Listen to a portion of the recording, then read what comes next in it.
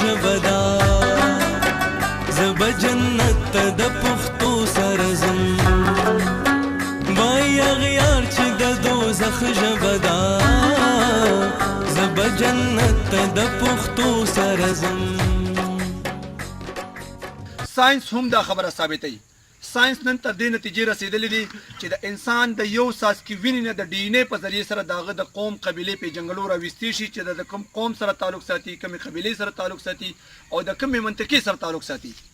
دغه پیژنګلو چې کوم الله تعالی موږ ته راکړی ده په قرآن کې چې د هغې ذکر کړی دی، دغه پیژنګلو بچ ساتلو دپاره، د دغې پیژنګلو ژوندی ساتلو دپاره او پښتون به حیثیت پښتون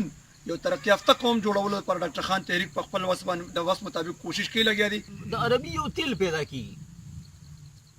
او په نورو ملکونو کې چې د غټ غټ بلډینګونه جوړ کړي دي. زما چې دی نو څومره وسایل دي خو تاسو ته پته شته دی یا خو زموږ د فوجیانو ډېر غټ غټ بلډینګونه دي په دې دغه کې په بار ملکونو کې یا د سیاستدانانو او یا د بیروکریټسو. عام سړی خو بس په هېڅ کې نه دی، هغه خو خپل علاج قدرې نشي کولی. که دا لباس خدا نه خسته د موږ نه لاړه موږ بیا تلي وو، که ژبه رانه لاړه موږ بیا تلي وو. او ډاکټر صاحب دغه څلور پېټونه تاسو ته کېښود، خپله ژبه، دود، دستور، جامه او په خپلو وسیلو باندې خپل اختیار. دې دپاره چې موږ راپورته نه شو که نه نو دا د ووټ والا خو مطلب دا د پارلمان ته لاړ شي او د ډاکټر صاحب خبره چې کوم دی به همغه جوړ شي. خپلو ملګرو پخوانو سره ځم زه د صحرا د لیونو سره ځم خپلو ملګرو پخوانو سره ځم زه د صحرا د لیونو سره ځم عمر شو تیر نشوا پورا لټنا هغه نیمګړو افسانو سره ځم عمر شو تیر نشوا پورا لټنا هغه نیمګړو افسانو سره ځم.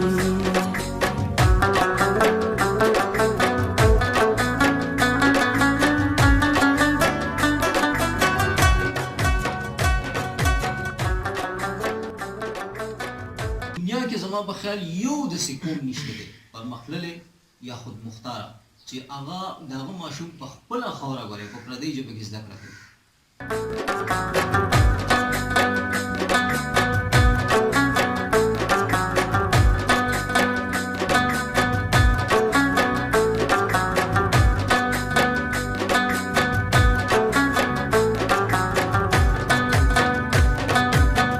لا خو مستر پن مرخات پرت دی